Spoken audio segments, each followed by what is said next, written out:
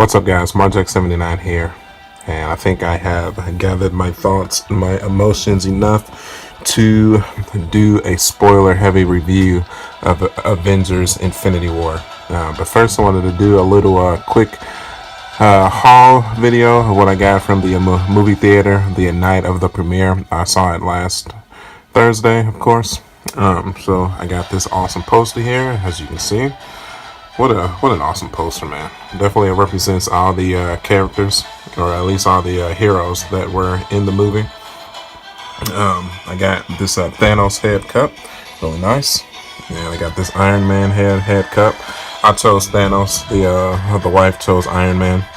Then we got the popcorn bucket too, spinning around. You know, it's got Spidey, Cap, Iron Man, Star-Lord, Black Widow, Strange, Rocket, Thor, Groot, the Gamora.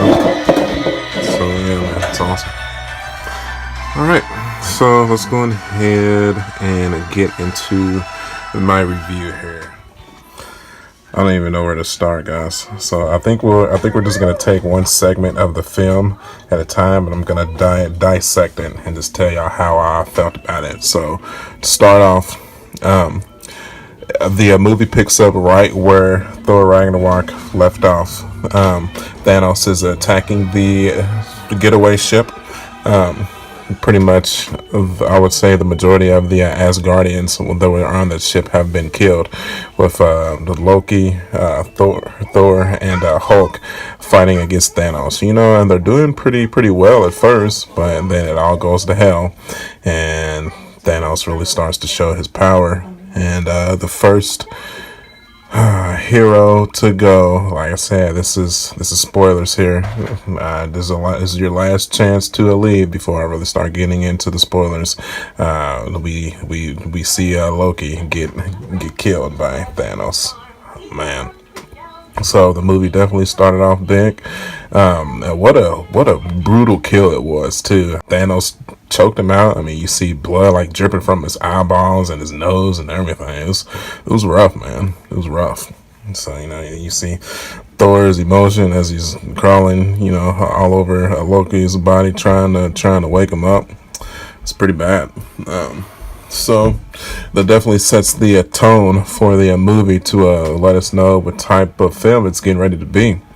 So, you know, then the movie jumps back and forth between the team ups, which is Iron Man and Doctor Strange and Spider-Man.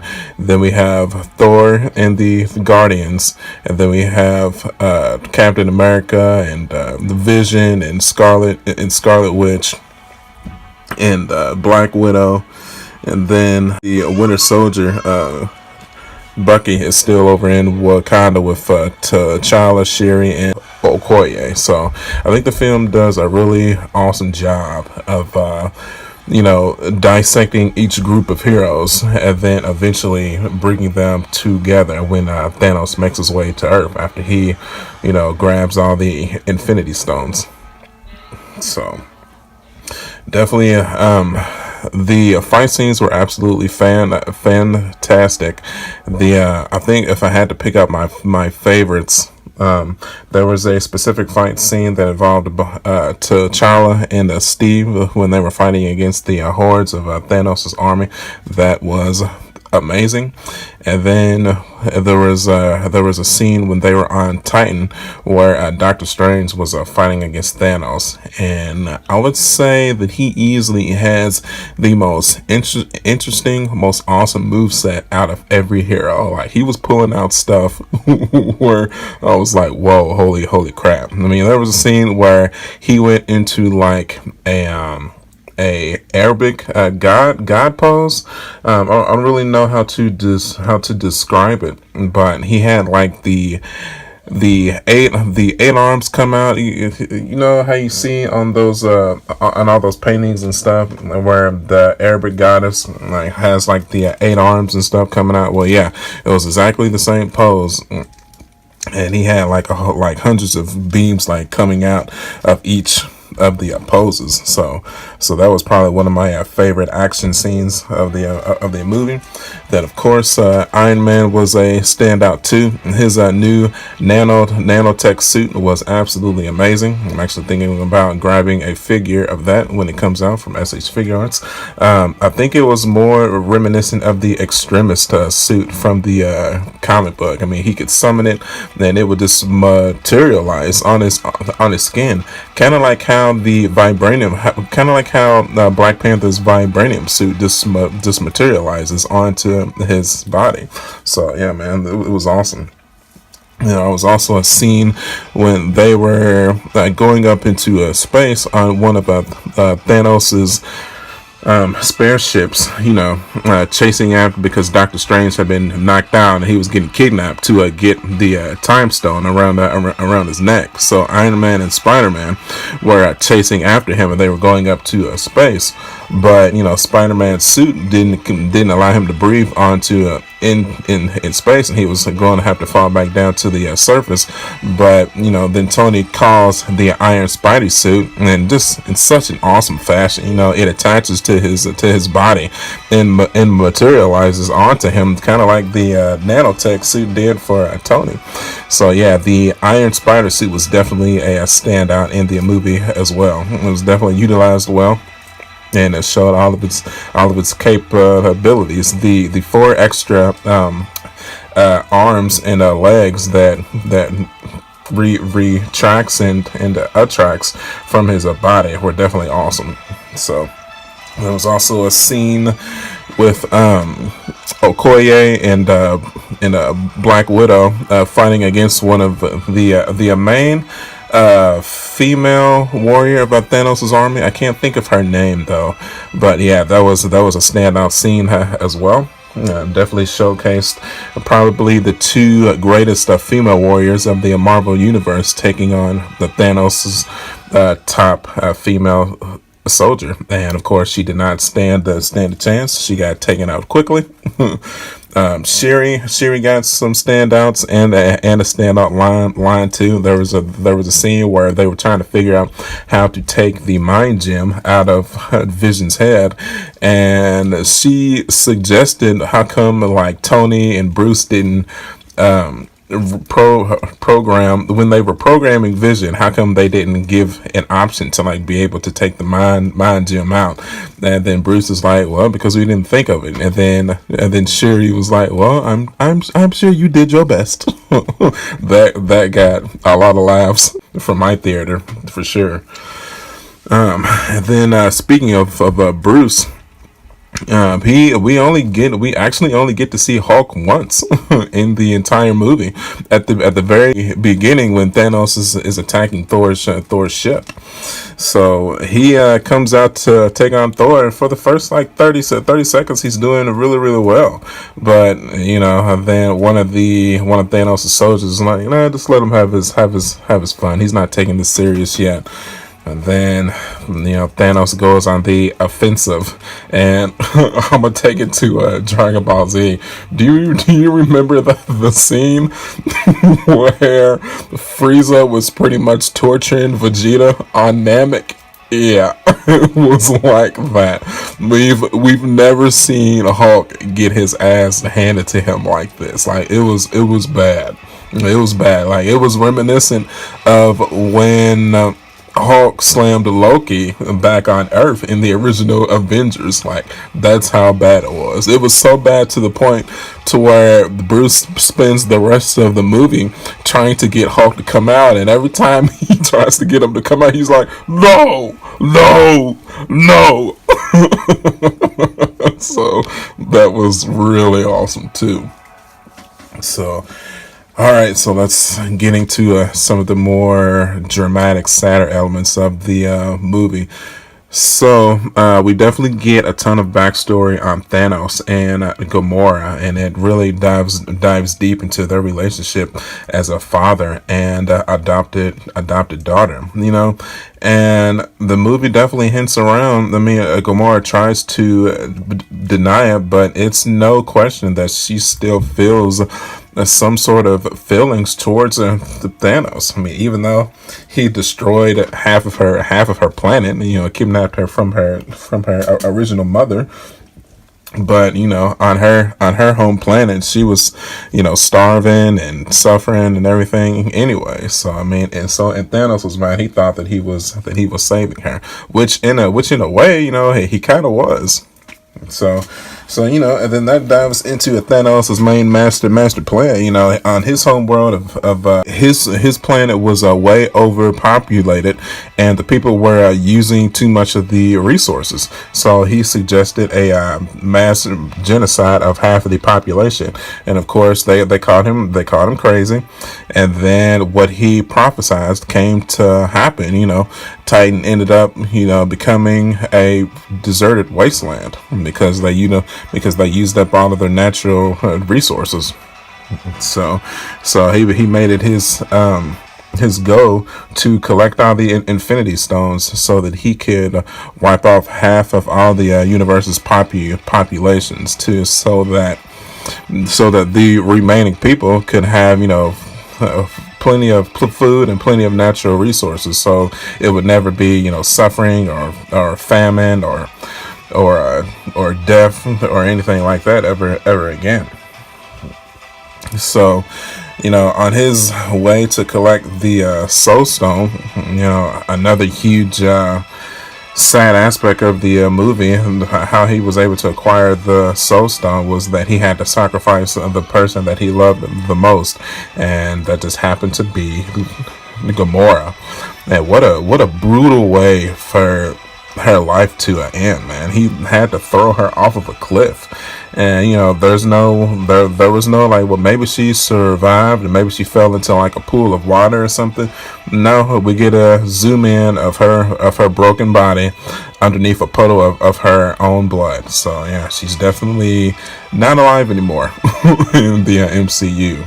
So that was the next big heartbreaker. Oh yeah, and I forgot I can't think of the name of the guy on Thor that opens up the Bifrost, the black dude that Idris Elba plays, but he didn't. He got killed too by Thanos. So that was definitely the three first major deaths of the film, and then we move on to like I said, to the fight between Iron Man and Spider-Man, Doctor Strange, Star-Lord, the girl with the antennas from Guardians of the Galaxy. I can't think of her name either, but they were actually doing really well against Thanos, and then they actually almost succeeded getting the gauntlet off of his hand, and then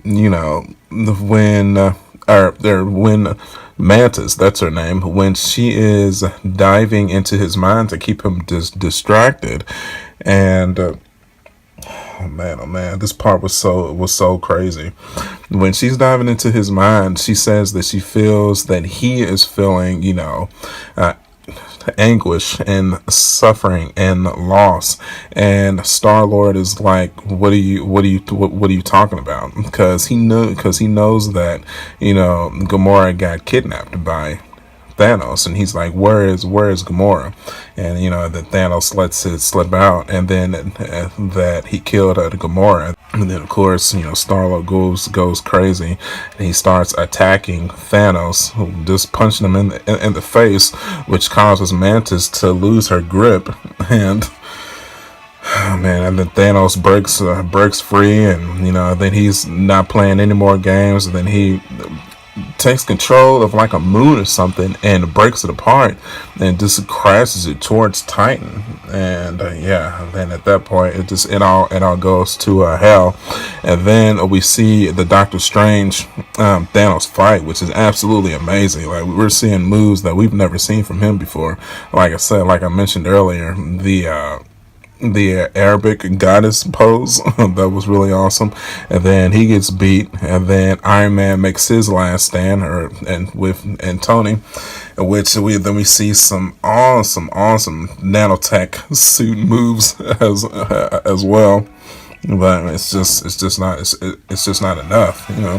He's Thanos is able to rip part of Tony's suit off, and he takes actually a sword that he was using and stabs Tony like through the like on a open part that the suit wasn't covering up, and it hits a vital organ. And Tony's on his last legs, and we're like, oh man, I think this is it for Tony. I mean, I thought, and in one of my in my prediction video, I honestly thought it was either going to be Captain America or Iron Man, but at the last second, Doctor Strange offers Thanos the Time Stone for Tony's life. So that Thanos takes the time stone and then heads to Earth, just leaving them there. So yeah, it's crazy. So then he makes it to Earth, where the war has already started with them trying to get to Vision to get the mind gem, and so, but when Thanos and they're actually doing really well. Pretty much all of Thanos's agents have been killed or taken care of. The only people that are left is just the hordes. But once Thanos gets there with 5 Infinity Gems in his gauntlet, it's just too much. So their last ditch effort, it was for Scarlet Witch to destroy the Mind Gem, which would in turn to destroy the Vision, and they actually succeeded. And that was a very intense, sad moment as well. But Thanos has the time gem now, so he just rewound time and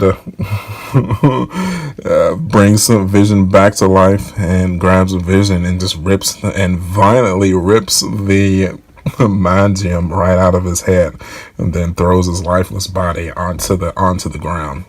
Crazy. Very intense moment as well. So, and then Thor with his new magical axe. And the thing about Thor's new weapon, if you played God of War, the new God of War on PlayStation 4, it's definitely a reminiscent copy of that for sure. I mean, I haven't gotten too far into a God of War yet. I think Kratos' axe has like frost powers, but of course like Thor's axe has like thunder powers. So a little bit of subtle differences, but I think it's still about the same. But he got the weapon made at the same place that he got that he got his hammer made, and he almost died doing it and all that subplot and everything. It was cool, but not like a major part of the movie in my opinion. It was kind of forgettable. So Thor actually throws the axe at Thanos, and it connects, and he gets him in the chest, and he's actually about to deliver a death blow, but Thanos has all 6 Infinity Gems, and right before Thor is able to inflict the final blow, Thanos snaps his fingers, and then all hell breaks loose. So at this point, after he snaps his finger, what Thanos wanted comes to pass. Half of the population of every people in the universe just dissipate into ash and dust. So at this point, we lose the Doctor Strange fades out into dust. The Winter Soldier, Bucky, fades out into dust. The Falcon fades out into dust. Manta, Groot, Star-Lord. But I think probably the two that really hurt my heart the most was when T'Challa. Yeah, T'Challa does not make it either. He fades out into dust as well. But then probably the worst one that I know hurt everybody's heart was Spider-Man. That's right, people. Spider-Man fades out into dust as well, in Tony's arms. Yeah, and then just how he goes out and just, I don't want to go, Mr. Stark. I don't want to go. I'm scared. I don't think there was a dry eye in my theater when that scene came to pass.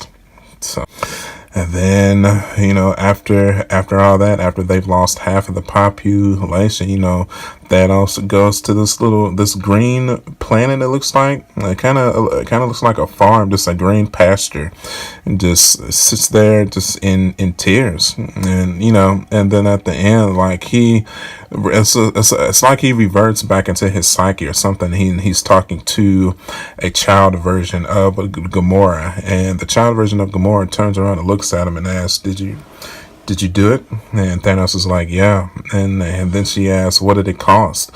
And Thanos says, everything.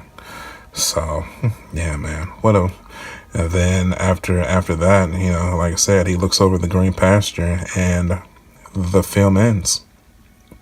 What a movie, man. What a movie. Honestly, if I was ranking them with the other Marvel movies, it's without a doubt in the top five. Yeah, I think I still put Civil War and Black Panther above it. But I think it's definitely, I would put it like on the same wavelength as the original Avengers. So I think because that was probably third. So I think it's probably a tie with third and fourth with the original Avengers and Avengers Infinity War with my favorite Marvel movies at this point. I loved it. I loved every minute of it. It was very unpredictable. They killed off characters that I didn't think that they would kill off in a million years. Yeah, man. I mean, of course, if I had to take a guess, they're going to figure out a way to bring the characters that faded from existence back in the next one. But in my honest opinion, I think Loki is dead for good. I think Gamora is gone for good as well. And then, pretty much everybody that got killed before the fading out that just died normal deaths. I think they're going for good, which is crazy because I thought for sure that they were going to make a Guardians 3 with Gamora being like the center of it. But I guess in a way this was kind of Guardians 3 because it definitely went more into her backstory with her and Thanos. So, but yeah, man. So, but just one last thing, when it comes to a comedic, there was a comedic element in the film, and my man, I can't think of his name. What's his name? I'm having a brain fart. The Guardian, the gray guy with the red tattoos on his face. I don't know why I'm having a brain fart. I'll put something in the screen so you'll know his name, but every single one of his lines was absolutely hilarious. Like every single line. Like it was a part where like Gamora and Star-Lord were talking, and they shared a kiss, and then they both look over to the side and he's just standing there eating some chips. And they're both like, dude, what are you doing? And he's like, I have trained myself to be so still that I am completely invincible. Man, the roaring of laughter out of my theater after that scene was great. So yeah. So trying to end it on a funny note after all that sadness, man. But it definitely sucks that we have to wait a full year before we get to see the climax of Infinity War. But we definitely have some stuff to look forward to. The after credit scene showed a return of Samuel Jackson in his Nick Fury garb, and at first I thought that he might make it, but he started to fade out, and then of course he was about to say his Samuel Jackson patented mother.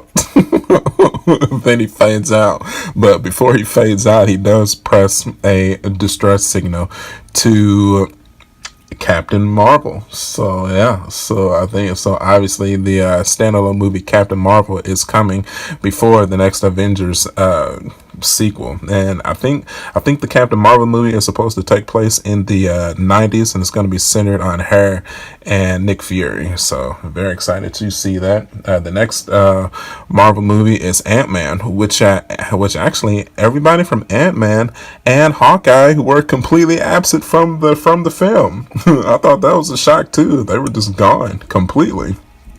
So yeah, so I definitely would like to get that explained. And one more thing, I think it was cool that that some of the only Avengers to survive not getting faded out were actually the original members of the first Avengers team from the first movie, and that includes Iron Man, Cap, Thor, Black Widow, and Hawkeye, and the Hulk. They all made it. So I'm assuming that the sequel is going to be centered around the original seven, taking on Thanos, trying to bring everybody back. So, all right, man, we're borderlining on like 26 minutes on this review. I feel like I've talked enough. If you made it to the end of this review, I so appreciate it. I love this movie. I really did. Like I said, I think my favorites are still Civil War and Black Panther, but this is definitely in my top 3 or 4. And I am dying to see the sequel now. So alright, so if you like this video, do me a favor and hit that like button. I would really appreciate it. If you want to see more Marvel videos or some Black Panther stuff, there's plenty to go around on the channel. You can follow me at youtube.com/marjack79 and on facebook.com/marjack79. Appreciate everybody's support. And until the next video, guys, I will see you guys on the next one. I'll catch you later, guys. Bye.